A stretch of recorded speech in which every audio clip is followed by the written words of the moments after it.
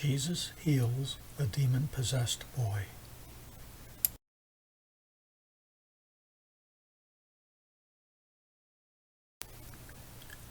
Mark chapter 9, verses 14 through 42. As they were rejoining the disciples, they saw a large crowd round them and some scribes arguing with them.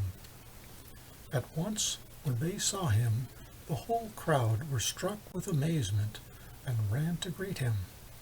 And he asked them, "What are you arguing about with them?" A man answered him from the crowd, "Master, I have brought my son to you. There is a spirit of dumbness in him, and when it takes hold of him, it throws him to the ground, and he foams at the mouth and grinds his teeth and goes rigid. And I asked your disciples to drive it out, and they were unable to." In reply, he said to them, "Faithless generation, how much longer must I be among you? How much longer must I put up with you? Bring him to me." They brought the boy to him, and at once the spirit of dumbness threw the boy into convulsions, and he fell to the ground and lay writhing there, foaming at the mouth.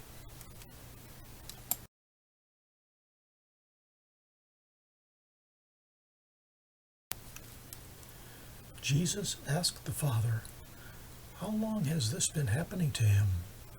"From childhood," he said, "and it has often thrown him into fire and into water in order to destroy him. But if you can do anything, have pity on us and help us." "If you can," Jesus retorted, "everything is possible for one who has faith." At once the father of the boy cried out, "I have faith. Help my lack of faith." And when Jesus saw that a crowd was gathering, he rebuked the unclean spirit. "Deaf and dumb spirit," he said, "I command you, come out of him and never enter him again." Then it threw the boy into violent convulsions and came out shouting, and the boy lay there so like a corpse that most of them said, "He is dead." But Jesus took him by the hand and helped him up, and he was able to stand. When he had gone indoors, and his disciples asked him when they were by themselves, "Why were we unable to drive it out?" he answered, "This is the kind that can be driven out only by prayer."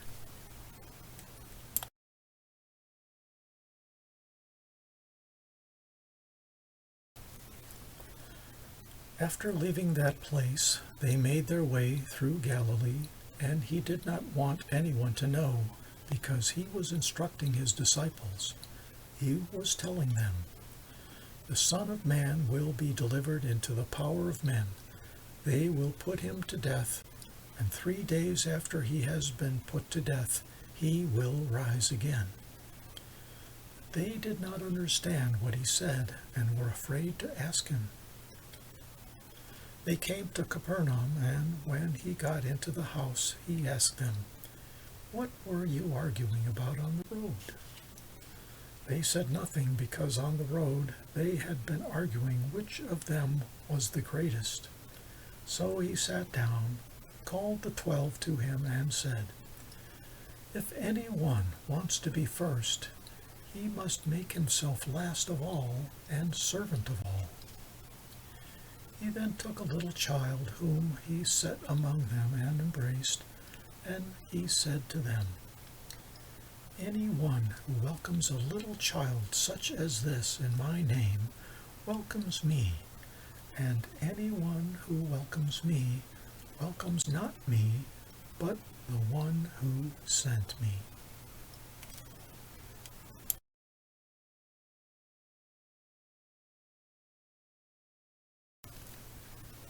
John said to him, "Master, we saw someone who is not one of us driving out devils in your name, and because he was not one of us, we tried to stop him."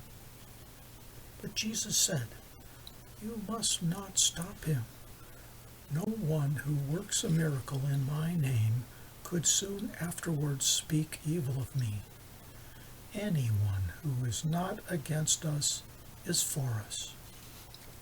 If anyone gives you a cup of water to drink because you belong to Christ, then in truth I tell you, he will most certainly not lose his reward. But anyone who is the downfall of one of these little ones who have faith would be better thrown into the sea with a great millstone hung round his neck.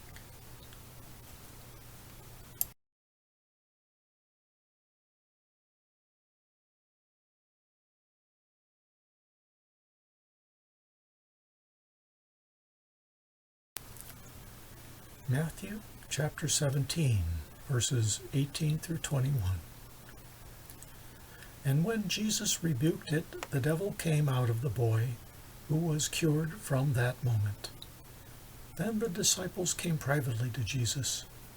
Why were we unable to drive it out? They asked. He answered, Because you have so little faith. In truth I tell you, if your faith is the size of a mustard seed, you will say to this mountain, Move from here to there, and it will move. Nothing will be impossible for you. Some manuscripts add, but this kind does not come out except by prayer and fasting. This is a variant of the better reading of Mark chapter 9, verse 29.